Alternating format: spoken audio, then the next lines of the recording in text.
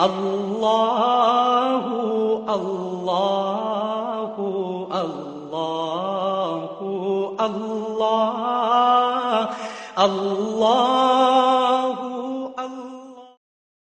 نبی کریم صلی اللہ علیہ وآلہ وسلم نے فرمایا کہ جنت میں ایک بازار لگایا جائے گا اور جنتی لوگ ہر جمعہ کو اس بازار میں آیا کریں گے،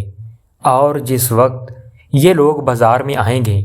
تو شمالی ہوا چل کر ان کے چہروں اور کپڑوں پر قسم قسم کی خوشبو چھڑک دے گی، اور اس ہوا کی خاص تاثیر یہ ہوگی کہ اس ہوا کے لگنے کے بعد جنتی لوگ پہلے سے زیادہ خوبصورت، حسین و جمیل ہو جائیں گے،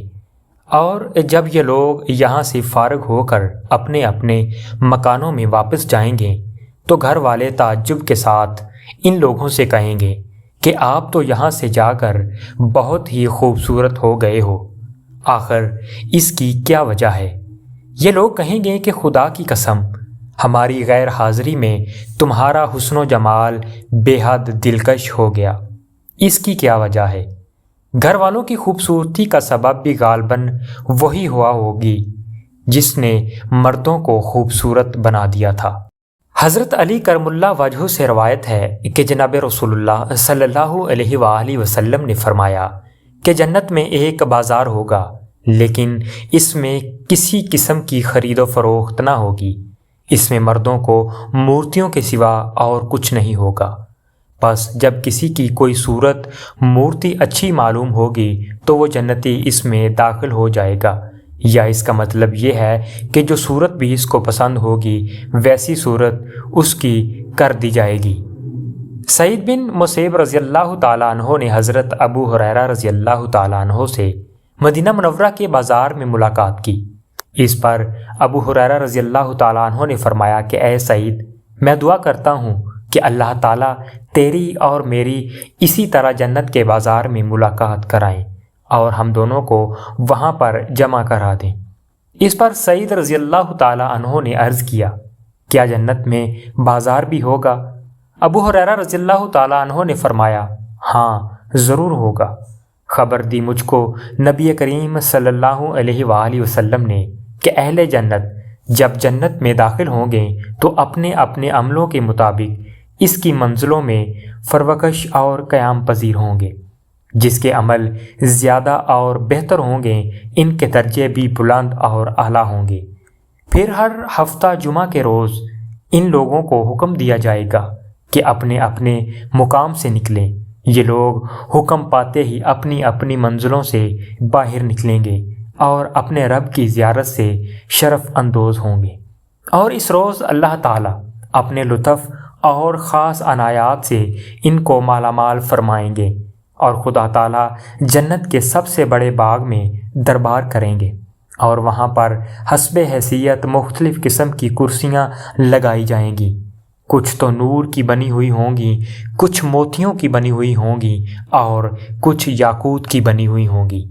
کچھ زمرد کی اور کچھ سونے کی اور کچھ چاندی کی بنی ہوئی ہوں گی، اور اپنے اپنے درجہ کے مطابق ہر جنتی ان کرسیوں پر بیٹھے گا۔ اور سب سے اونے درجے کے جنتی مشک کے ٹیلوں پر بیٹھیں گے، اور خوبی یہ ہوگی کہ ٹیلوں پر بیٹھنے والی قوم کو یہ خیال بھی نہ آئے گا کہ کرسیوں پر بیٹھنے والے لوگ ہم سے اعلیٰ درجے میں ہیں یا ہم، کیونکہ جنت میں ہر کوئی شخص اپنے اپنے مقام اور مرتبے پر راضی اور شکر گزار ہوگا اور اس سے اونچے درجے کی خواہش بھی نہ کرے گا۔ اس کے بعد حضرت ابو ہریرہ رضی اللہ تعالیٰ عنہ فرماتے ہیں کہ میں نے نبی کریم صلی اللہ علیہ وآلہ وسلم سے عرض کیا کہ ہم اپنے پروردگار کو دیکھیں گے؟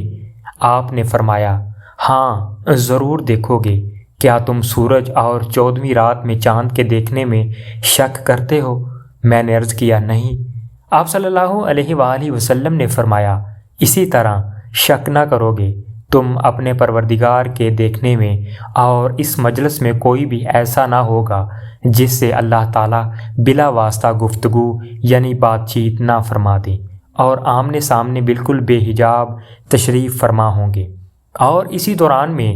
ایک آدمی سے فرمائیں گے، اے فلاں کے بیٹے فلاں، کیا تجھ کو وہ دن یاد ہے جس میں تو نے یہ فلاں فلاں بات کہی تھی، اور پھر اللہ تعالیٰ اس شخص کو اس کی بعض وہ عہد شکنیاں یاد دلائے گا جو اس نے دنیا میں کی تھی۔ بس یہ عرض کرے گا، اے اللہ، کیا تو نے میرے گناہ معاف نہیں کر دیے؟ ارشاد ہوگا، کیوں نہیں، میری مغفرت کی وسعت اور فراخی کے باعث ہی تو اس مرتبہ میں پہنچا۔ اسی اثناء میں ان پر ایک بادل آئے گا اور ایسی خوشبو کی بارش برسائے گا کہ اس وقت تک کبھی ایسی خوشبو نہ سونگھی ہوگی، اور اس بارش کے درمیان ارشاد ہوگا کہ کھڑے رہو اور آؤ اس چیز کی طرف جو میں نے تمہارے لیے تیار کر رکھی تھی، اور جس چیز کو تمہارا دل چاہے بے تکلف اس کو لے لو۔ اس ارشاد کے سنتے ہی ہم ایک بازار میں آئیں گے جس کے چاروں طرف فرشتے کھڑے ہوئے ہوں گے، اور اس بازار میں ہم ایسی ایسی چیزیں دیکھیں گے جو اس وقت تک نہ آنکھوں نے دیکھی ہوں گی اور نہ کانوں نے سنی ہوں گی اور نہ دلوں پر اس کا خیال گزرا ہوگا،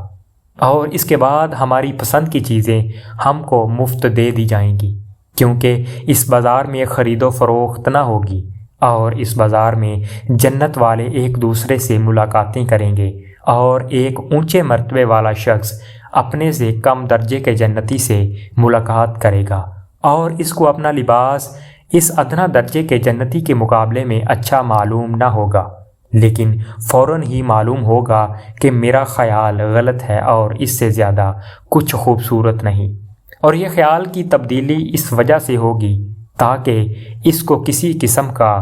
غم نہ ہو۔